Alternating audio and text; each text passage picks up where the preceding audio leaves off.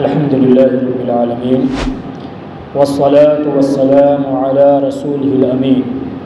وعلی آلہ وصحبہ اجمعین اما بعد ویطعمون الطعام علی حبہ مسکینا ویتیما واسیرا۔ محترم سامعین، گزشتہ درس میں جو بات آئی تھی وہ قرآن کے تعلق سے کہ قرآن سے محبت کرنے کا کیا فائدہ ہے، اس سلسلے میں گفتگو ہو چکی ہے۔ آج کا جو درس ہے جو بہت ہی اہم ہے، ایک تو اچھی گفتگو اور اسی طریقے سے کھانا کھلانا، ان دونوں چیزوں پر انشاءاللہ الرحمن یہ آج کے اس درس میں بحث ہوگی۔ محترم سامعین، ہم اور آپ آپس میں بات کرتے ہیں تو ہمارے بات کے اندر، ہماری زبان کے اندر اچھی گفتگو ہونی چاہیے، مٹھاس آنی چاہیے۔ ایسی گفتگو نہ ہو کہ جس کی وجہ سے دونوں کے اندر نفرت پیدا ہو جائے، اور ہوتا بھی ایسے ہے کہ بات کی وجہ سے آپس میں دشمنی بھی ہو جاتی ہے۔ اور اسی طریقے سے اچھی گفتگو کا مطلب یہاں یہ بھی ہے کہ جو بات کہیں وہ سچی اور حق بات بولنی چاہیے، جھوٹ پھوٹ کی گفتگو نہیں کرنی چاہیے، یا اسی طریقے سے غیر جو چیزیں ہیں، غیر مہذب چیزیں ہیں، ان کا ذکر اپنی زبان سے کریں، یہ سب گفتگو نہیں ہونی چاہیے۔ اور اسی طریقے سے کھانا کھلانا ہے، یہ بھی ایک اہم چیز ہے کہ اگر کوئی شخص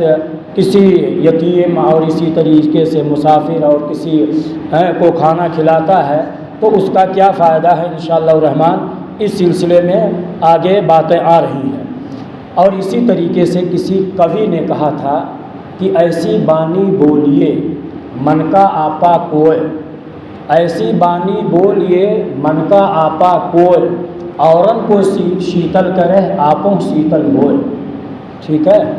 یہ کسی کوی نے کہا، غالباً کبیر داس کا یہ دوہا ہے، کسی موقع سے میں نے پڑھا تھا تو وہ یاد آیا۔ تو اس میں بہت ہی اہم یہ بات ہے کہ ایسی بانی بولیے من کا آپا کوئے، یعنی اچھی باتیں گفتگو کریے اور آپوں کو ٹھنڈک پہنچے اور دوسرے کو بھی اس کی ٹھنڈک ملے۔ بہرحال حدیث جو میں نے ابھی پڑھی ہے کہ سیدنا ہانی بن یزید رضی اللہ تعالیٰ عنہ سے روایت وہ بیان کرتے ہیں کہ جب وہ رسول اکرم صلی اللہ علیہ وسلم کے پاس حاضر ہوئے تو عرض کیا، اے اللہ کے رسول صلی اللہ علیہ وسلم، کون سی چیز ایسی ہے جو جنت کو واجب کر دیتی ہے؟ آپ صلی اللہ علیہ وسلم نے فرمایا، اچھی گفتگو کیا کرو، اچھی گفتگو کیا کرو اور کھانا کھلایا کرو، یہ چیزیں تمہارے لیے جنت میں جانے کا سبب بن جاتی ہیں، یہ چیزیں تمہارے لیے جنت میں جانے کا سبب بنتی ہیں۔ عمدہ کلام اور خندہ پیشانی سے لوگوں سے ملاقات کرنا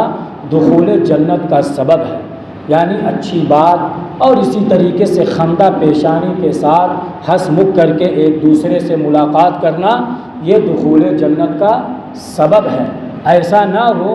کہ اگر ہم اپنے کو دیکھ رہے ہیں تو خوش رہے ہیں، ہنسی خوشی سے مل رہے ہیں، اور کوئی غیر ہے تو ہم اس سے نفرت کر رہے ہیں، ایسی چیزیں نہیں ہونی چاہیے، بلکہ خندہ پیشانی سے ملنا چاہیے تاکہ یہ جو بتایا گیا کہ دخول جنت کا سبب ہے وہ ہمیں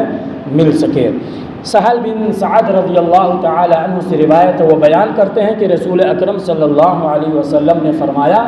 جو شخص مجھے اس بات کی ضمانت دیتا ہے جو اس کے دو جبڑوں اور جو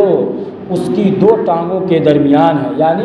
دو جبڑوں زبان اور شرمگاہ، تو میں اسے جنت کی ضمانت دیتا ہوں۔ تو یہ زبان ہے، اور یہ کہاوت بھی ہے کہ یہی زبان جوتا کھلائے اور یہی زبان پان کھلائے۔ یہی زبان، اس زبان کا ہم صحیح طریقے سے استعمال اگر نہیں کرتے ہیں تو اس کی وجہ سے ہمیں بے عزتی اور اسی طرح سے ذلیل و رسوا ہونا پڑتا ہے۔ اور اسی زبان کا اگر ہم اچھے سے استعمال کرتے ہیں، اس کو یوز کرتے ہیں، تو سامنے والا آپ کو بڑے ادب کے ساتھ بیٹھائے گا، پانی وغیرہ پلائے گا، پان کھانے کا وہ ہوگا تو کہے گا پان بھی کھا لیجئے، ہیں؟ تو اس طریقے سے ہوتا ہے۔ تو یہ زبان ہے تو چھوٹی لیکن بڑی خطرناک چیز ہے یہ۔ اگر ہم نے صحیح استعمال کیا تو بہتر، غلط استعمال کیا تو نقصان ہے۔ اسی طریقے سے ایک اور حدیث ہے، حضرت علی رضی اللہ تعالیٰ عنہ سے روایت ہے، وہ بیان کرتے ہیں کہ رسول اکرم صلی اللہ علیہ وسلم نے فرمایا کہ بلا شبہ جنت میں ایسے بالا خانے، محلات ہیں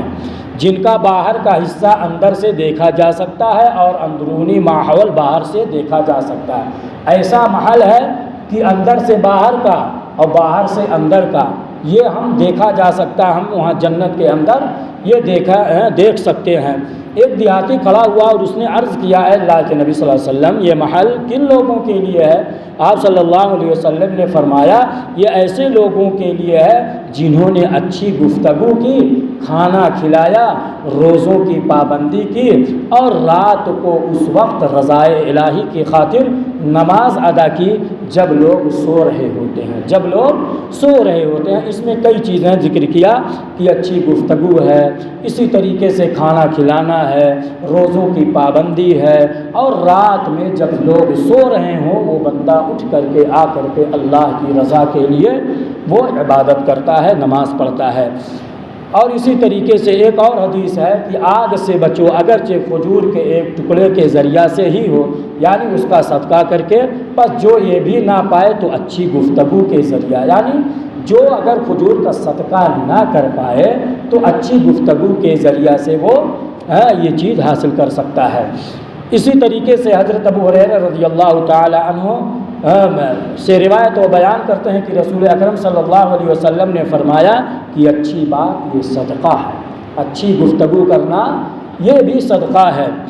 حضرت ابو ذر رضی اللہ تعالی عنہ سے روایت ہے، وہ بیان کرتے ہیں کہ رسول اکرم صلی اللہ علیہ وسلم نے فرمایا، کسی اچھے کام کو حقیر مت سمجھو، اگرچہ تمہارا اپنے بھائی کو خندہ پیشانی سے ملنا ہی ہو، یعنی کسی بھی کام کو ہمیں اچھے کام کو حقیر نہیں سمجھنا چاہیے، اگرچہ تمہارا اپنا بھائی کو خندہ پیشانی سے ملنا ہی ہو۔ اسی طریقے سے ایک اور حدیث ہے کہ آدمی کو گفتگو کرتے وقت سنجیدہ رہ کر، نیز ٹھہر کر صاف سیدھی بات کرنی چاہیے تاکہ ہر آدمی آسانی سے سمجھ سکے، جیسا کہ رسول اکرم صلی اللہ علیہ وسلم کا یہ معمول تھا کہ رسول اللہ صلی اللہ علیہ وسلم کی گفتگو صاف اور واضح ہوتی تھی، صاف اور واضح ہوتی تھی، جسے ہر سننے والا بآسانی سمجھ لیتا تھا۔ تو یہ تھی آج کی باتیں کہ کھانا کھلانا اور اسی طریقے سے اچھی گفتگو کرنا۔ اللہ رب العالمین سے دعا ہے کہ اللہ رب العالمین ہمیں نیک اور صحیح کام کرنے کی توفیق عطا فرمائے، آمین۔ وآخر دعوانا الحمد للہ رب العالمین۔ السلام علیکم ورحمۃ اللہ وبرکاتہ۔